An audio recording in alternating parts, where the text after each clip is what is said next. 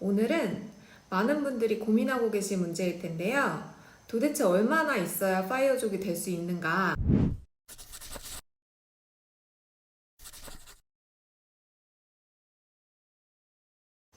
여러분, 파이어족이라는 것 자체가 미국에서 나온 개념인 거 아시죠? 그래서 지금부터 하는 얘기들은 기본적으로 미국 경제시장 베이스라는 걸 미리 염두에 두시고 들으시면 좋을 것 같아요. 많이들 알고 계실 텐데 일반적인 파이어 공식은 4% 법칙이에요. 4% 법칙은 연간 생활비 지출의 25배의 금액을 투자 수익률 5%로 운영하고 4%만 인출해서 사용한다면 평생 투자 수익만으로도 생활이 가능하다는 법칙인데요. 은퇴자가 원금을 훼손하지 않는 범위에서 매년 인출할 수 있는 금액을 산출할 때 사용한대요.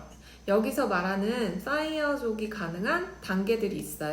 연간 생활비의 20배 자산을 파이어 가능 단계로 보고 있고, 연간 생활비의 25배 자산이 충분 단계, 그리고 33배의 자산이 완벽 단계라고 얘기하고 있어요.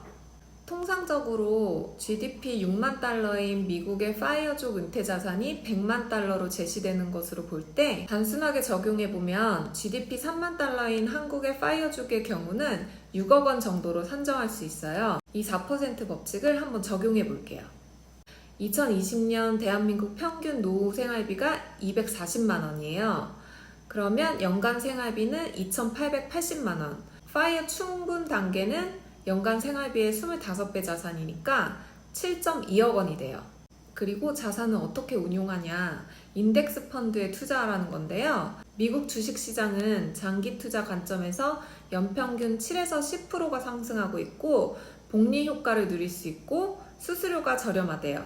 지난 50년간 미국 인덱스 펀드 연평균 수익률은 9.7% 수준이었고 지속적으로 우상향하는 모습이에요.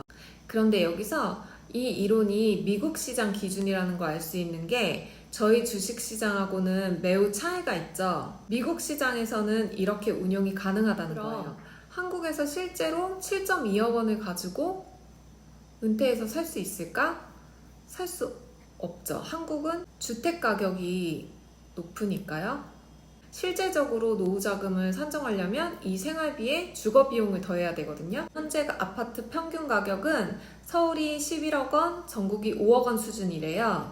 단순 계산할 때 은퇴 후에 서울에서 자가로 살려면 은퇴 자금 7.2억 원에 11억을 더해서 18.2억 원이 필요하고 지방에서 거주할 때는 5억 원을 더해서 12.2억 원이 필요해요. 우리나라에서는 부동산 가격이 너무 높기 때문에 은퇴 자금이 되게 많이 필요하게 되는 거죠. 그러면 이 단순한 이론을 메리다 생활비로 한번 적용해서 알아볼게요. 제가 지난 영상에서 메리다 실제 생활비를 150만 원으로 잡았어요. 그럼 연간 생활비는 1,800만 원이 되고 은퇴 자금은 연간 생활비의 25배니까 4.5억 원이 돼요. 원금 이외에 수익을 가져다 줄 수 있는 머니 파이프라인이 필요한데 한국은 거주하고 있는 아파트의 경우 집값이 오르면 가치는 오르지만 그 자체로는 현금 수익이 발생하지 않기 때문에 머니 파이프라인에서 제외시켜서 생각을 해야지 된대요. 보험개발원 은퇴시장 리포트에 따르면 4050 세대의 자산 90% 이상이 부동산에 평준되어 있대요. 실제로 한국에서 내 자산이 10억이어도 집이 8억이면 내 유동자산은 2억밖에 되지 않는 거잖아요. 반면 중남미의 경우는 거주용 주택 가격이 매우 저렴하기 때문에 머니 파이프라인으로 활용되는 은퇴자산의 비중이 증가할 수 있어요. 그리고 중남미에서 파이어족을 하는 장점 중에 하나는 지리적 차익을 이용할 수 있다는 점 같아요. 동일한 생활비로 조금 더 나은 생활의 질을 누릴 수가 있어요. 한국에서 400만 원의 생활비로 할 수 있는 것들을 메리다에서는 200만 원 정도면 누릴 수 있고 저도 솔직히 저게 정말 가능할까? 어떻게 20년 후에 동일한 자산이 남아있을 수가 있지? 좀 믿기지 않았는데 실제 연구에서 98%가 20년 후에 동일한 자산을 가지고 있었대요. 그래서 98%는 효과가 있었으나 2%는 그 효과가 없었다는 얘기잖아요. 저희는 그 2%에 대비해야 된다고 생각해요. 그럼 이렇게 단순하게 금액만 계산했을 때 중남미 이민이 무조건 좋겠네? 하지만 중남미 시장 특성상 고려해야 될 사항들이 있는데요. 이 공식에 따르면 5%의 연수익률을 내고 4%만 지출하면 그 남은 1%로 인플레이션에 대비한다는 건데요. 우리나라나 미국의 경우는 지난 25년간 인플레이션율을 봤을 때 평균 1, 2% 정도예요. 그런데 멕시코의 경우는 인플레이션율이 3에서 4%로 선진국 대비해서 다소 높은 수준이기 때문에 기대 수익률을 다소 높게 설정해서 보유 자산을 한 번에 몰아서 갖는 것보다 여러 군데 분산 투자를 해서 생활비와 인플레이션을 합한 금액보다 크거나 같은 상태를 유지할 수 있도록, 신흥국의 경우는 지금 베네수엘라처럼 경제 위기에 노출될 우려가 높고 통화 가치 하락의 불안 요소가 존재하기 때문에 그에 대한 대비를 해야 되는데요. 어떤 분이 파나마 영주권 쓰레기라고 말씀하신 분이 계셨는데, 저희는 이런 좀 불안 요소를 제거하는 방법으로 실제 거주는 원하는 국가에서 하더라도 영주권 취득이 쉽고 미국 달러를 사용하는 파나마나 에콰도르의 은퇴 자산을 보유하거나 운용해서 달러의 쿠션 효과로 완충 장치를 마련하면 좋을 것 같다고 생각을 했어요. 저희의 개인적인 생각은 미국과 국경을 맞대고 있는 멕시코나 그리고 운하를 보유한 파나마의 경우는 경제 위기 충격에서 상대적으로 회복이 빠르다고 판단을 했어요.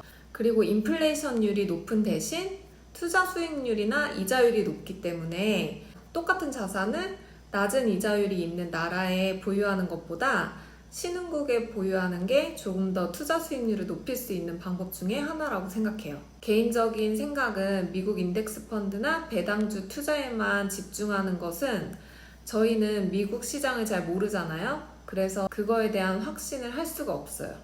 그럼 어디에 투자를 하느냐? 파나마의 경우는 저희가 가봤을 때 주식시장은 활성화되지 않았었고 국채나 부동산에 투자하는 거를 생각할 수 있겠는데요. 미국 달러를 사용한다는 장점 이외에도 아파트에 투자할 경우는 5에서 7% 수준의 임대 수익률을 기대할 수 있고요. 멕시코 부동산의 경우는 지역에 따라서 상회하겠지만 안정적인 상승률 추이를 보이고 있고, 파나마랑 멕시코 모두 1주택 보유 시에는 일정 요건만 충족하면 외국인한테도 양도소득세가 면제가 된대요. 그래서 이런 것도 잘 활용하면 추가적인 이익 실현도 가능할 거라고 생각해요. 이 투자의 방법 같은 경우는 본인이 생각을 하셔서 결정을 하는 게 가장 좋은 방법이라고 생각하고, 이론과 현실에는 차이가 있고 그 차이를 최소화하기 위해서 여러 방면으로 생각해 왔고 또 계속 고민하고 있는 중인데요. 투자에는 정답이 없고 파이어족이나 이민이라는 게 경제적인 것 외에도 리스크가 굉장히 다양하기 때문에 각자가 다방면으로 숙고하고 노하우를 습득하셔야 될 것 같아요.